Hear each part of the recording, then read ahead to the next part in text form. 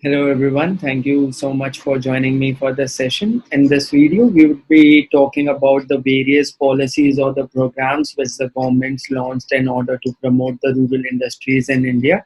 So before I start the session, I would like to share a slide in the presentation with all of you. And using those points, we would be moving forward with the discussion. So here, I'm sharing the slide with all of you.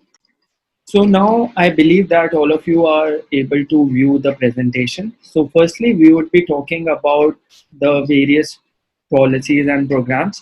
One of them is the Integrated Rural Development Program. So it's widely known as IRDP also. It was aimed at providing self-employment to the rural poor people through acquisition of productive assets or appropriate skills, which would help them generate additional income on a sustainable basis to enable them to cross the poverty line. Assistance was also provided in the form of subsidy as well as bank credit. So all the self-employment programs that is like the integrated rural development program or the training of rural youth for self-employment TRISEM or the development of women and children in rural areas and supply of improved toolkits to rural artisans or the Ganga Kalyan Yojana or the Million Wealth Scheme were all merged into primarily one self-employment program widely known as Swan Jayanti Gram Swarozgar Yojana. This Swan Jayanti Gram Swarozgar Yojana was conceived as one of the holistic programs of micro enterprise development in rural areas with primary emphasis on organizing the rural poor into self-help groups, capacity building, planning of activity clusters or the infrastructure support or the technology or the credit, or if we talk about one-to-one marketing linkages. So it seeks to promote a network of agencies, namely the district rural development agencies known as DRDAs or the line department of state governments, banks, NGOs, and the Panchayati Raj institutions, also known as the PRIs, for the implementation of this specific program. So the Swan Jayanti Gram Sarozgar Yojana recognizes the need to focus on key activities and also realizes the importance of activity clusters. The program has inbuilt safeguard for the weaker sections of the society. Now, moving to the next slide. The main objective of the Ministry of Agro and Rural Industry was to create employment opportunities in rural areas with the optimum use of locally available material, skill, and technology. And the ministry is the nodal agency for coordination and development of village and khadi industry, tiny and micro enterprises in both urban as well as rural areas for the implementation of the Prime Minister's Yojana. So the Ministry of ARI also implements the policies and schemes through Khadi and Village Industries Commission, also widely known as KVIC, and the COIR Board. The KVIC launched the Rural Employment Generation Program known as REGP for the generation of jobs in the rural areas.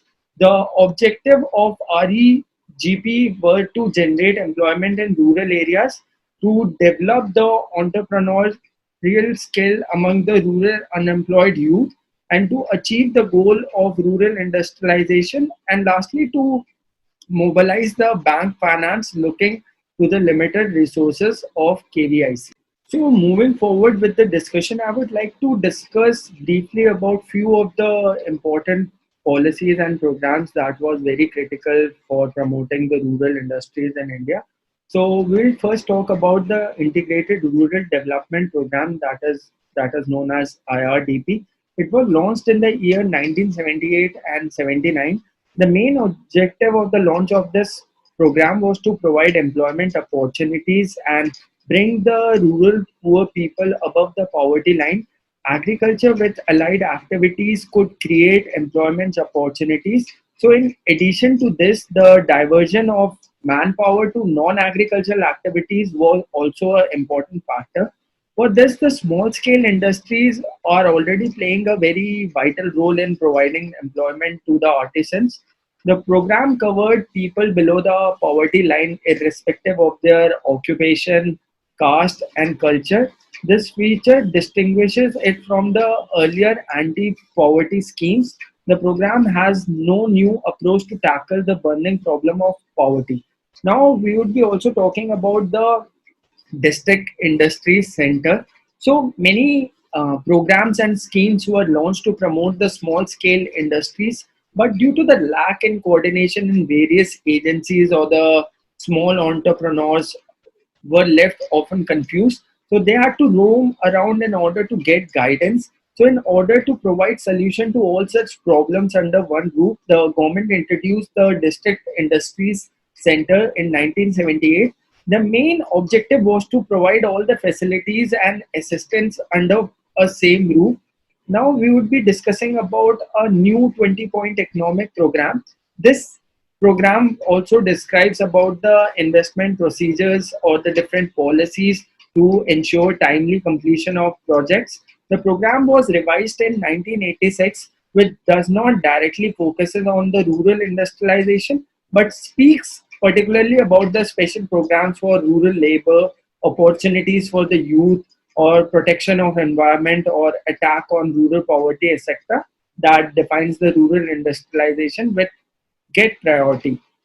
And lastly, we would be discussing about the national scheme of training of rural youth for self-employment, widely known as TRISEM, as I mentioned before.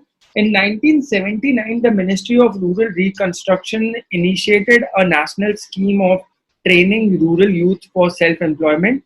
The main objective of this scheme was to facilitate, like the rural youth with necessary skills to enable them to seek self-employment. This would in turn remove unemployment among the youth.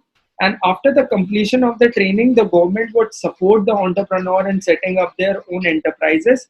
So the people who were getting training under the scheme had a benefit or stipend to meet the incidental expenses during the training period. And this scheme also helped the youth to raise their living standard, but also showed inadequacies of the training program as it could not meet the practical needs of the trainees. So TRISEM has been integrated into the Integrated Rural Development Program as discussed under the definition of IRDP.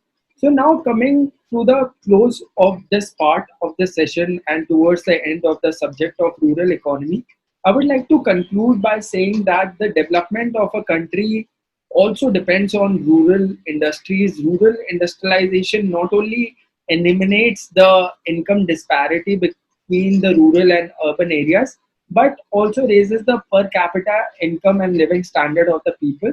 And rural industrialization fulfills the economic and social needs of the rural areas, such as generation of employment opportunities, diversification in occupation or rise in living standards, migration in urban centers, etc.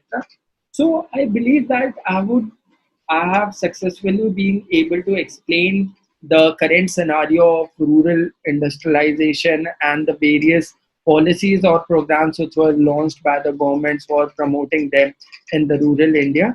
So thank you so much for joining me for this session.